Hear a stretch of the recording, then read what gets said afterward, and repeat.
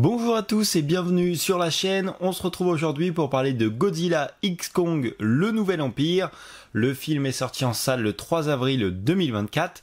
Il affiche une durée de 1h55 et il est réalisé par Adam Wingard. Dans ce nouvel opus, on va retrouver Godzilla et Kong qui vont devoir s'unir pour combattre un nouvel ennemi qui est très puissant.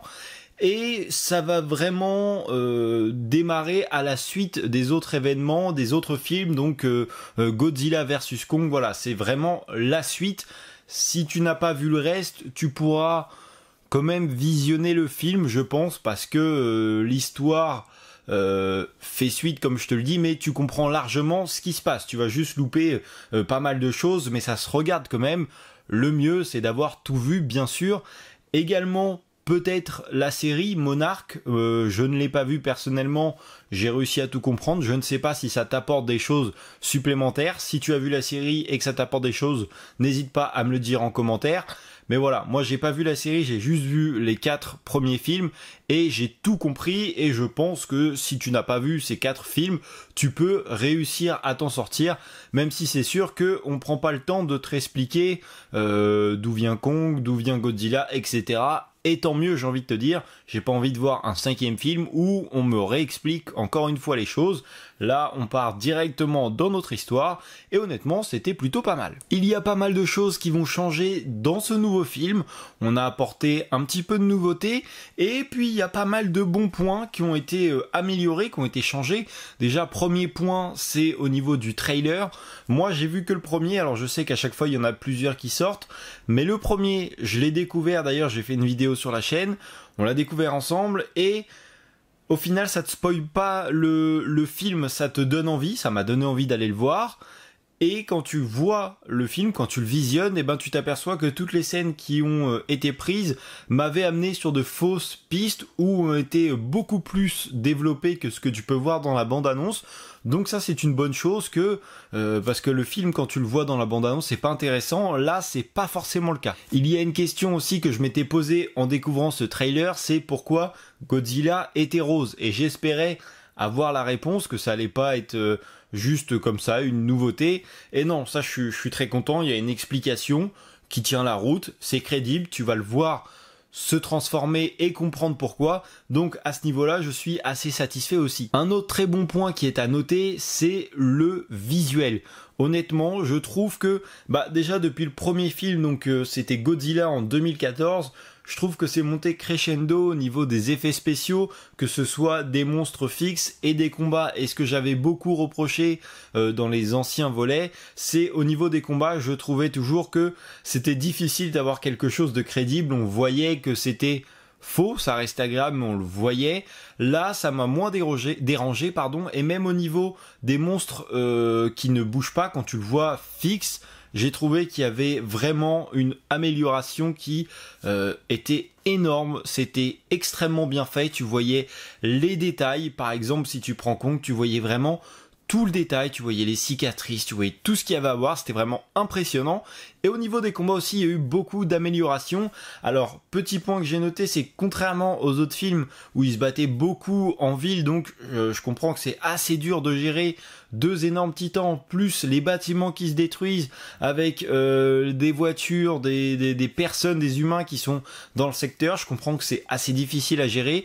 Là, il y a eu moins de ça. Ça se passe plus dans la terre, non, c'est pas la terre du milieu, c'est la partie, l'habitat de Kong plutôt, parce que j'arrive pas à retrouver le mot, et donc ça se passe plus là-dedans. Donc on a moins de problèmes avec les bâtiments, il y en a peu dans le film, il y en a quand même, mais il y en a peu, et du coup je trouve que ça a été mieux géré. Et au niveau du visuel, j'étais plutôt satisfait, surtout que ce que j'avais bien aimé également dans Godzilla vs Kong, c'est les visuels bleutés quand Godzilla écrase. Donc là on a du bleu et on a du rose, toutes ces couleurs à chaque fois assez flash quand ils sont justement dans la terre qui se situe en dessous.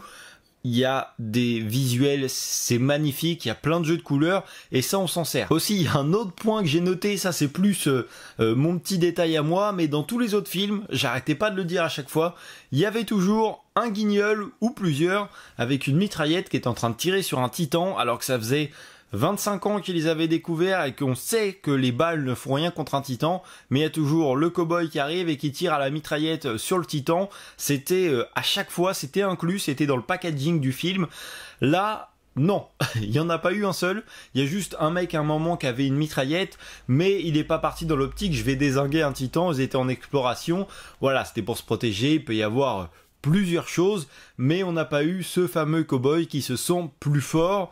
Et même en général, à chaque fois, j'avais toujours cette impression que l'humain, comme d'habitude, se croit toujours supérieur et voulait toujours aller combattre le titan, alors que là, dans ce film-là, encore une fois, il y a eu une évolution, on vit avec et on arrête de vouloir les attaquer. Il y a un moment, il y a une scène où on essaie de l'attaquer, on voit que ça ne sert strictement à rien, mais ce n'est pas centré là-dessus. Et puis pour parler du scénario, comme d'habitude, il n'y a rien d'extraordinaire, on n'est pas sur du grand film, mais c'est du film divertissant, on a de l'action, c'est beau visuellement, le scénario je l'ai trouvé un petit peu différent des autres films et c'est une bonne chose. On a essayé d'avancer, de faire quelque chose de nouveau, comme je disais tout à l'heure, j'avais pas envie qu'on me resserve la même chose. Donc là, on a apporté de la nouveauté et ce que j'ai bien aimé, contrairement aux autres, je trouve il y avait toujours une période un petit peu d'ennui avant qu'il y ait des combats, alors que là j'ai accroché tout de suite au film. On est passé un petit peu sur Kong, un petit peu sur Godzilla. Le film est plus centré sur Kong, mais on voit quand même un petit peu l'avancée de Godzilla, etc.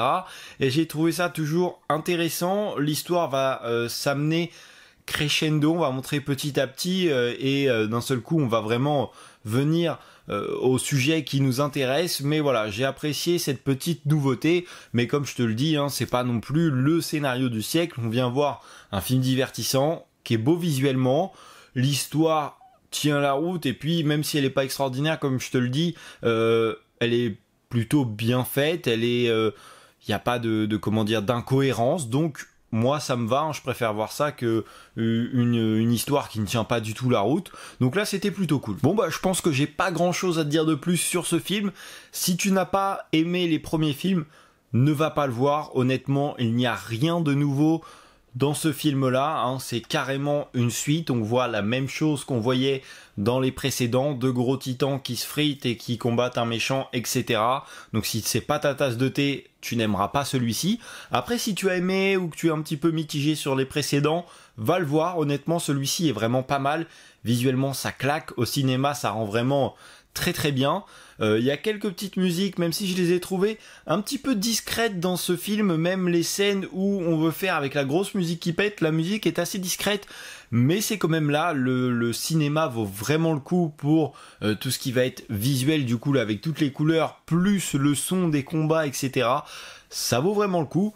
Donc voilà, si tu as vu le film, n'hésite pas à me dire en commentaire ce que tu en as pensé. Tu peux également t'abonner à la chaîne et me suivre sur mes réseaux. Moi je te dis à la prochaine pour une nouvelle vidéo. Salut!